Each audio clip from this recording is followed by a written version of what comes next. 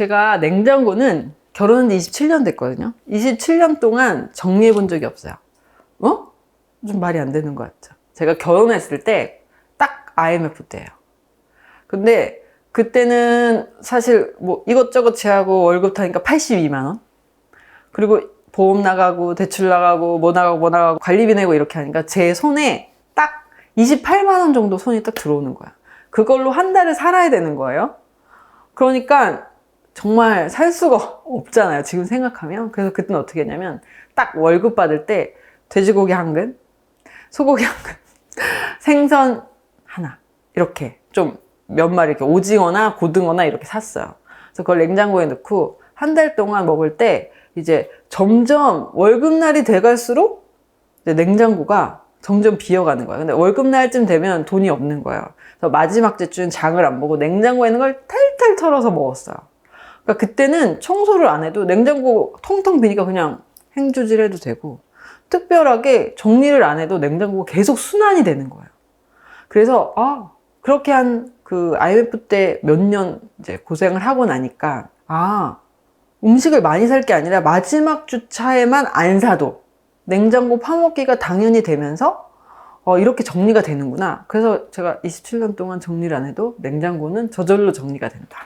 그래서 정리할 땐 항상 먹어서 정리하자. 그래서 냉창고가 되지 않게 하자. 이게 이제 첫 번째 저의 비결이고요. 그리고 두 번째 비결은 장을 볼 때 보통 일주일의 개념으로 장을 보잖아요. 그럴 때 4일치만 보는 거예요. 보통은 외식도 하고 뭐 배달도 시켜 먹고 이래서 장 본 거보다 더 많이 해 먹는 경우는 거의 없다. 그러니까 장을 볼 때 약간 좀 적은가? 이럴 정도로 좀 한 4일치 정도만 보자. 그걸로만 해도 냉장고가 들어오는 게 적으니까 훨씬 더 정리가 잘 된다. 그리고 세 번째, 마지막인데요. 밀폐용기를 막 씻다 보면 밀폐용기가 거의 없을 때가 있어요. 그럼 피디님, 밀폐용기가 없다는 건 어디가 있을까요? 냉장고. 맞아요. 냉장고에 뭐 요만큼 담겨 있을 때도 있고 이미 먹을 수 없는 상태가 돼 있는 것도 있고 그러니까 보니까 이렇게 상한 건 아닌데 왜 먹기 싫은 상태가 될 때도 있잖아요. 이제 그런 걸 다 닦아가지고 내놓고 그 빈자리를 닦는 거예요. 그러다 보면 냉장고도 청소도 되고 정리도 되고 이렇게 해서 세 가지. 마지막 주에는 장을 보지 않는다. 장을 볼 때는 한 60, 70%만 본다. 그리고 세 번째, 밀폐용기가 다 떨어지면 냉장고에 꺼내서 냉장고를 계속 비울 것, 순환시킬 것. 이게 이제 저의 냉장고 정리하는 루틴이자 비법이자 27년간 노하우고요. 여기에 하나를 더 이렇게 양념으로 추가한다면 냉장고 파먹기를 할 때 냉장고를 파먹기를 하려고 했는데 잘 안 되던데요? 왜 안 되냐면은 약간 이런 거예요. 접시를 하나 꺼내요. 꼭 접시가 필요해요. 접시를 꺼내서 사실 냉장고는 괜찮은데 냉동실이 사실 터져 나가잖아요. 거기서 내가 오늘은 갈치 조림을 해 먹겠어. 이러면 갈치 조림을 접시 위에 담아요. 갈치 조림 해야겠다. 오늘 저녁은 그게 아니라 그걸 꺼내서 접시에 담고 냉장실에 꼭 넣어놔요. 그래서 냉장고는 문을 열 때마다 맞아 오늘 내가 갈치조림 하기로 했지 이렇게 생각나게. 안 그러면 자꾸 잊어버리고 배달시켜 먹던지 맞아 오늘 냉장고 털어먹기 오늘부터 하기로 했는데 배달시켰네? 약간 이런 잊어버리지 않는 게 하기 위해서는 꼭 냉장실에 올려놓는다. 그리고 그런 접시에 널려놓는다. 그러니까 냉동했던 건 좀 받쳐서 올려놓는 게 좋거든요. 그렇게 하시면 훨씬 더 냉장고 정리를 잘 할 수 있다. 그리고 또 냉장고가 네. 굉장히 깔끔한데 밀폐용기들은 다 맞춘 건가요? 사실 조금 달라요. 다 다른데 이게 되게 비슷해 보이는 건 제가 항상 네모난 것만 사고 항상 유리 용기를 사고 뚜껑은 좀 화이트에 가까운 걸 산다는 게 그냥 저의 구입하는 기준? 그리고 저는 다양한 사이즈를 사지 않아요. 그냥 반찬 용기는 요만한 거, 조그만 거, 아까 저기 봤던 거, 그거 하나. 그리고 뭐 김치 같은 건 조금 넉넉하게 담아놓고 담아 먹잖아요. 그런 것들은 좀 큰 거, 이렇게. 그리고 뭐 불고기 남았을 때 하나 정도. 그래서, 그러니까 요런 거. 장류 담는 거 하나, 반찬 담는 거 하나, 김치나 불고기나 뭐 이런 것들 있죠. 재놓은 것들, 조금 큰 거 하나 담아놓는 거 하나. 그래서 세 가지 종류 안에서 대부분 밀폐용기를 써요. 그러니까 딱 열었을 때 이게 왜 그렇잖아요. 바구니를 쓰는 이유가 정리돼 보이는 것도 있잖아요. 정리되는 것도 있지만 이제 그렇게 비슷한 사이즈의 3가지 정도 사이즈를 쓰고 있어요. 그래서 훨씬 더 정리돼 보이고 같은 것 같은데 좀 달라요. 다. 이건 이케아, 이건 뭐 글라스락 뭐 이런 식으로 조금씩 브랜드가 달라요. 그리고 보시면 김치냉장고가 저희가 되게 작은 게 있어요. 지금 저희가 텃밭에서 엄청나게 토마토 보세요. 엄청나게 지금 야채랑 토마토가 막 나오는 시기여가지고 김치냉장고에 김치가 다 안 들어가는 사태. 뭐 김장철에 왜 김치냉장고가 좀 부족하잖아요. 그럴 때 아니면 김치냉장고가 없을 때 냉장고에 김치까지 한꺼번에 담길 때는 이 김치통을 뒤에다 놓는 거예요. 그래서 굳이 이 통은 뭐지? 이 통은 뭐지? 라벨하고 이렇게 하지 않아도 얘가 부족해? 그럼 여기 뒤에 걸 꺼내요. 얘가 부족해? 그럼 뒤에 걸 꺼내요. 그래서 얘가 항상 앞에 부족하면 뒤에 거. 그러니까 페어예요, 페어. 커플. 뒤에 항상 이 앞에 있는 게 뒤에 있기 때문에 뭐 뒤적거리지 않아도 되고 양을 딱 조절할 수가 있죠. 계란통이 시중에 되게 다양한 도구가 많아요. 근데 저는 왜 이렇게 다른 걸 썼냐면은 저는 이걸 가지고 가서 저기서 뭔가를 하는 걸 좋아해요. 여기 서랍형을 쓴다든가 그러면 계란을 들고 가야 돼요. 그러면 그걸 어디 놓으면 또 어디 놓아야 되고 이렇잖아요. 그럼 살모넬라균 같은 게 계란에 많이 있다 하니까 그런 거는 좀 생각해서 구입하시면 좀 도움이 될 것 같아요. 피디님, 저희 집에 엄청 깔끔해 보이잖아요. 네. 없는 게 있어요.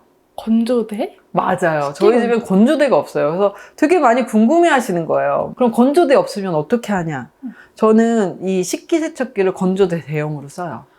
그래서 보통은 설거지를 해가지고 여기다 이렇게 설거지를 해서 놓고 뭐 장마 질 때 아니면 비가 오거나 아니면 좀 기름진 거를 했다거나 아니면 손님들이 와가지고 왜 내가 설거지 도와줄게 이럴 때 아니야 됐어 그냥 식기세척기 돌리면 돼 이럴 때 이제 식기세척기를 쓰는데 평상시에는 닦아서 여기다 놓고 헹굼하고 보통 이제 뜨거운 물로 헹굼하고 이제 건조시키는 것까지만 사실 저희가 하거든요.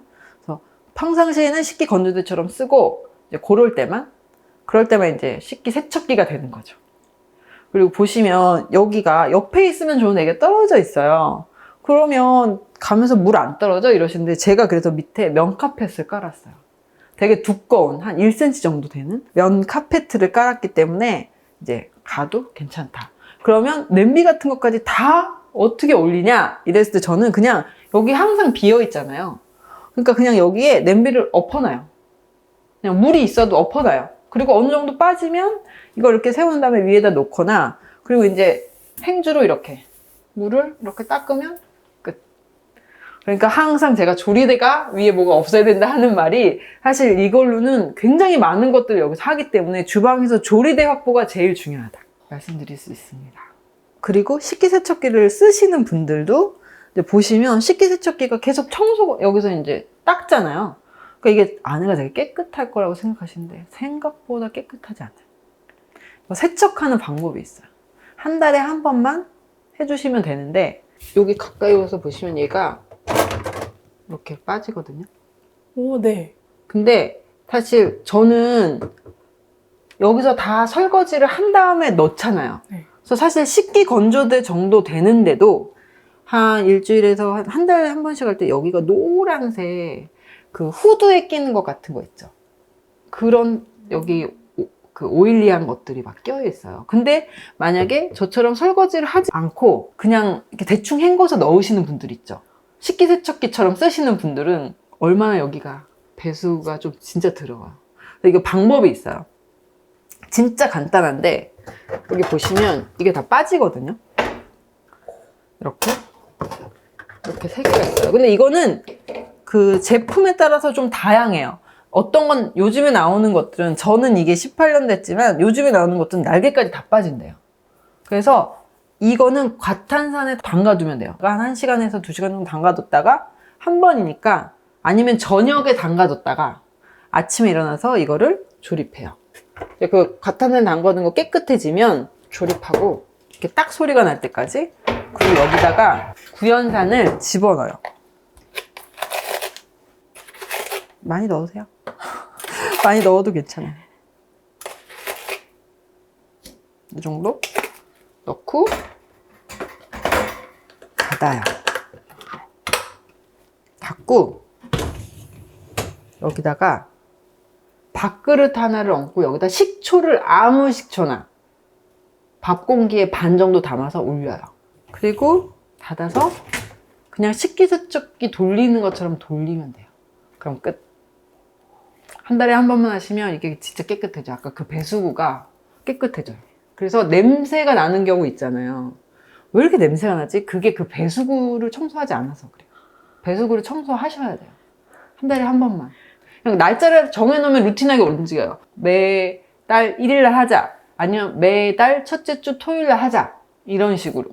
그러면 잊어버리지 않고 할 때 식기세척기, 뭐 후드, 전자레인지 이런 식으로 한꺼번에 하는 거예요. 그럼 과탄산, 구연산 이런 것들을 한꺼번에 쓰기 때문에 재고 파악도 쉽고 잊어버리지 않고 했었나? 이렇게 안 해도 되니까 훨씬 수월하게 살림을 해나갈 수 있어요.